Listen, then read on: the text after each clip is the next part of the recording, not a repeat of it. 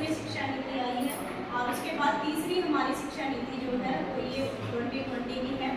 और हम ये कह सकते हैं कि 21वीं सदी की ये पहली शिक्षा नीति है ना।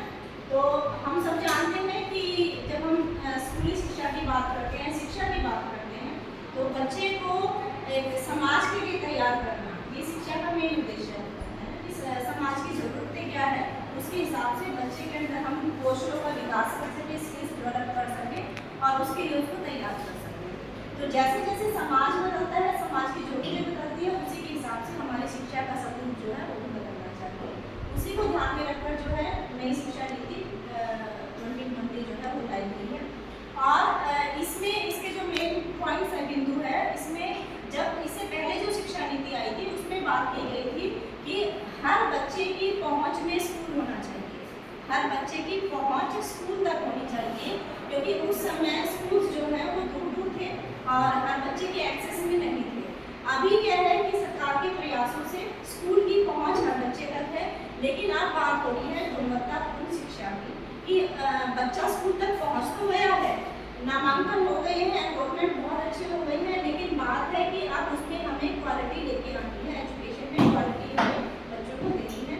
तो ये हमारी शिक्षा नीति का मेन उद्देश्य है कि हम अपने बच्चों को क्वालिटी एजुकेशन जो है वो प्रोवाइड करें। उसके लिए क्या क्या प्रोविज़न है, उसके लिए 21वीं सदी के जो कौशल हैं उनके बारे में बात की गई है। 21वीं सदी के कौशलों में जब हम कहेंगे तो क्या क्या आ जाएंगे? सबसे पहला है कम्युनिकेशन है, कि बच्चा जो है उसका संप्रेषण इतना अच्छा हो कि बच्चा अपनी भावनाओं को व्यक्त कर सके, है ना। आप और हम सब बहुत पढ़े लिखे हैं, लेकिन बहुत सारी परिस्थितियों में हमें भी ऐसा लगता है कि हमें अपने भावों को जिस तरीके से व्यक्त करना चाहिए वैसा हम नहीं कर पाते हैं। तो कम्युनिकेशन स्किल को जो है बहुत ज़्यादा उसको डेवलप करना, ये हमारे शिक्षा में अपने विषय वस्तु के माध्यम से, अपने पाठों के माध्यम से हमें बच्चों के अंदर ये करना है। दूसरा है कि डिसीजन मेकिंग है, कि बच्चा जो है वो निर्णय ले सके, है ना, कि जीवन में छोटी बड़ी बहुत सारी ऐसी परिस्थितियाँ आती हैं जहाँ हमें लगता है कि निर्णय लेना, डिसीजन मेकिंग जो है वो अपने आप में बहुत मुश्किल हो जाता है।